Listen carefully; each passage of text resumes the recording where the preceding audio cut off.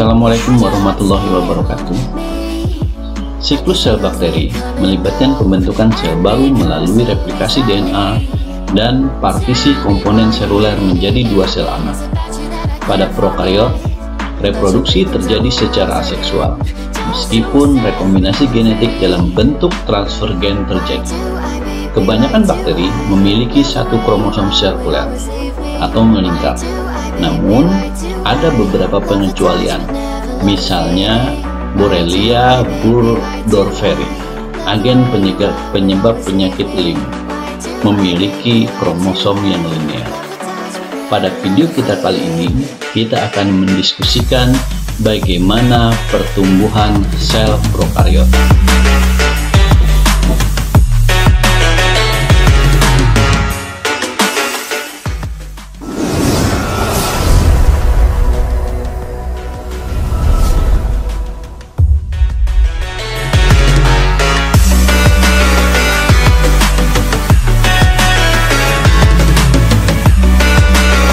Pertumbuhan prokariot didefinisikan sebagai pertambahan jumlah sel, bukan pertambahan ukuran berupa berat, tinggi, maupun. Pertambahan jumlah sel paling umum terjadi melalui pembelahan biner.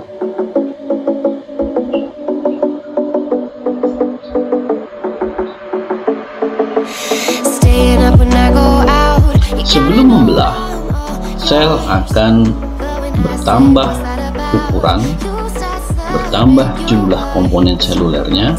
Selanjutnya, replikasi DNA dimulai pada satu lokasi di kromosom sirkuler yang disebut dengan asal replikasi atau origin of replication, di mana kromosom tersebut melekat pada membran sel bagian dalam. Replikasi berlangsung secara berlawanan di sepanjang kromosom sampai ujungnya tercapai. Selanjutnya, pusat sel yang membesar menyempit hingga dua sel anak terbentuk. Masing-masing keturunan menerima salinan lengkap dari genom induk dan pembelahan sitoplasma. Protein tambahan yang diperlukan untuk pembelahan sel dibuat dan membentuk struktur yang disebut dengan divisom. Divisom aktif untuk menghasilkan dinding sel peptidoglikan dan membangun septum yang membagi dua sel anak. Sel anak dipisahkan oleh septum pembelahan, di mana semua lapisan luar sel harus direnovasi untuk menyelesaikan pembelahan.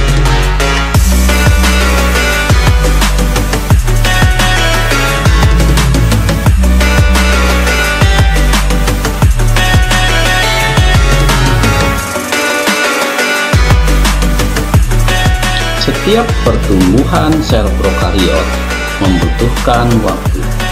Waktu yang dibutuhkan populasi prokariot untuk mengganda melalui satu putaran pembelahan sel ini disebut dengan masa generasi, atau bisa disebut juga dengan waktu penggandaan. Masa generasi bervariasi. Misalnya pada Escherichia coli, masa generasinya itu adalah 20 menit. Mycobacterium tuberculosis, masa generasinya adalah 15 sampai 20 jam. Sedangkan Mycobacterium lepra, penyebab penyakit kusta, ini memiliki masa regenerasi 14 hari.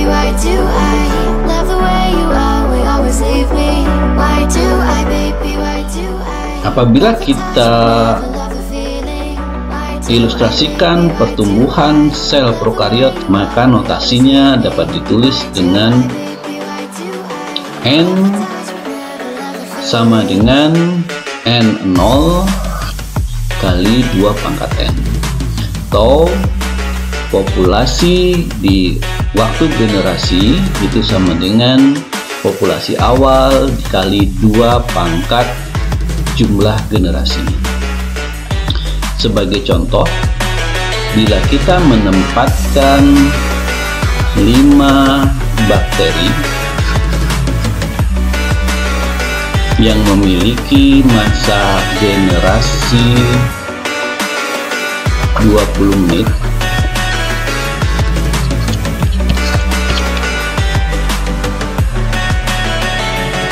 dan kita inkubasi selama 2 jam, maka jumlah sel itu sama dengan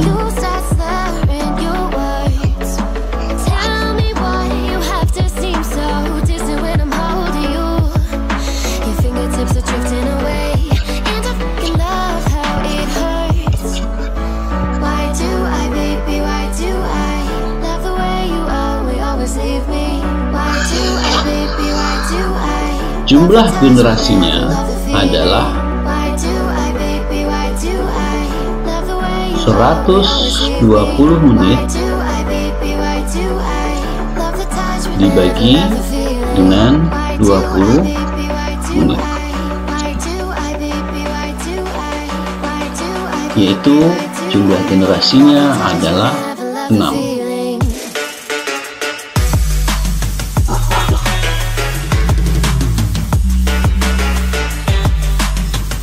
Maka populasi pada generasi ke-6 sama dengan 5 dikali 2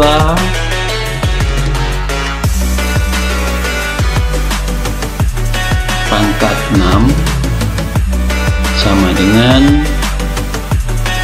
5 kali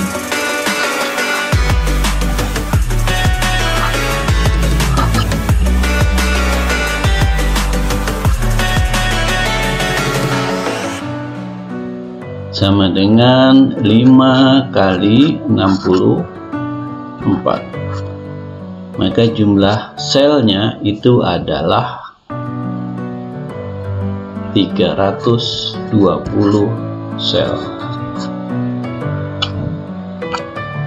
Sekali lagi, N ke-6 itu sama dengan jumlah populasi pada generasi ke-6 itu sama dengan N0 populasi awal 5 dikali 2 pangkat jumlah generasinya adalah 6 sama dengan 5 kali 64 sama dengan 320 sel. Nah, beginilah cara kita menaksir jumlah populasi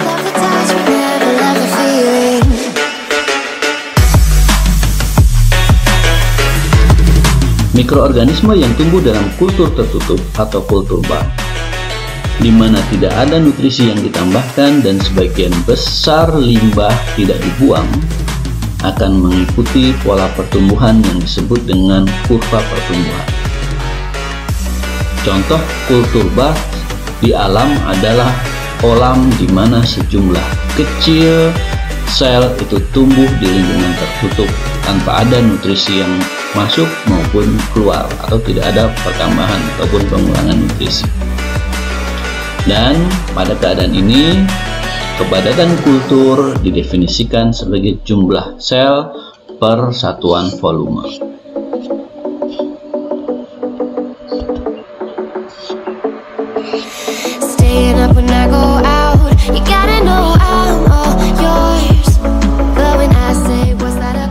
Kurva pertumbuhan kultur bakteri diwakili oleh logaritma jumlah sel hidup yang diplot sebagai fungsi waktu.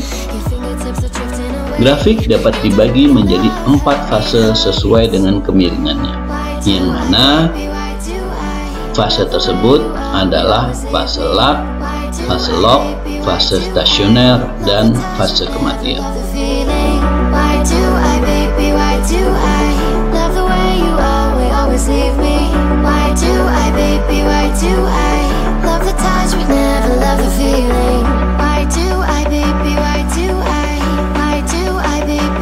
Fase log merupakan awal kurva pertumbuhan, mewakili sejumlah kecil sel yang disebut sebagai inokulum yang ditambahkan pada media kultur atau kaldu nutrisi yang mendukung pertumbuhan.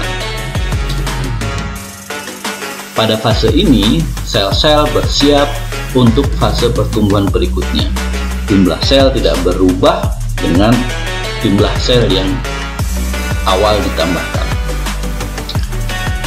Namun sel tumbuh lebih besar dan aktif secara metabolit, mensintesis protein yang dibutuhkan untuk tumbuh di dalam medium.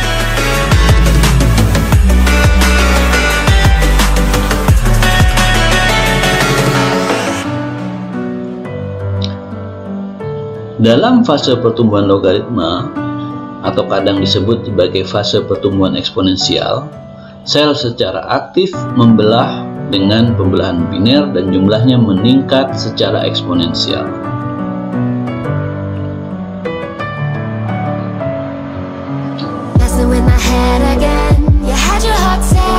Saat jumlah sel meningkat melalui fase log, beberapa faktor berkontribusi pada perlambatan laju pertumbuhan.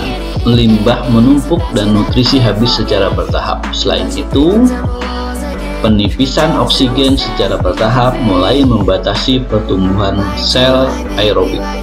Kombinasi kondisi lingkungan yang tidak menguntungkan ini memperlambat dan akhirnya menghambat pertumbuhan dari mikroba. Kondisi ini disebut dengan fase stasioner atau fase diam.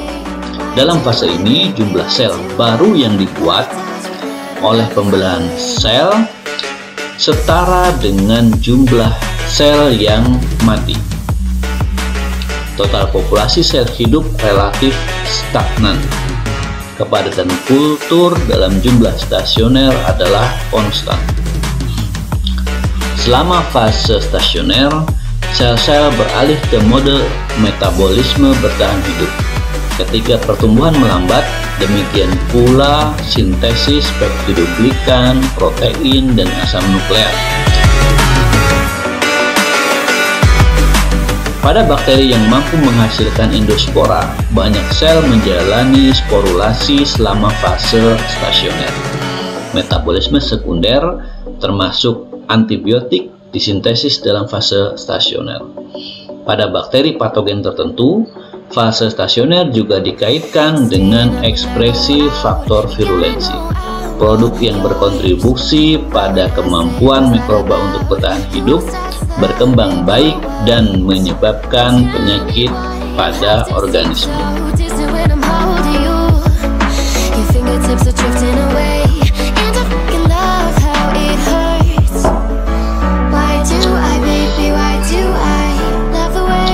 Saat media kultur menumpuk limbah beracun dan nutrisi mulai habis, sel-sel mati dalam jumlah yang semakin banyak.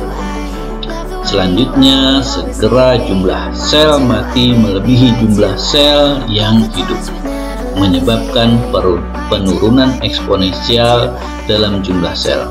Disebut juga sebagai fase kematian atau fase penurunan. Banyak sel melisis dan melepaskan nutrisi ke dalam medium, memungkinkan sel yang bertahan untuk mempertahankan kelangsungan hidup dan membentuk endospora.